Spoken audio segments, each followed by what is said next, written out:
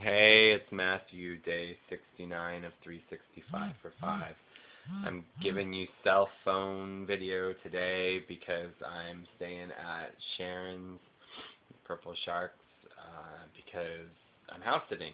And I'm house sitting that little creature down here um, who is admiring me desperately right now.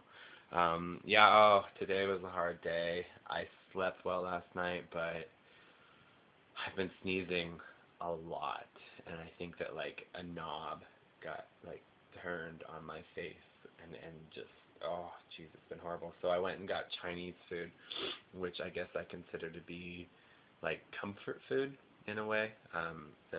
So yeah, I'm gonna keep it short and simple. That's 69 for today, and I'll see you on day 70. Bye.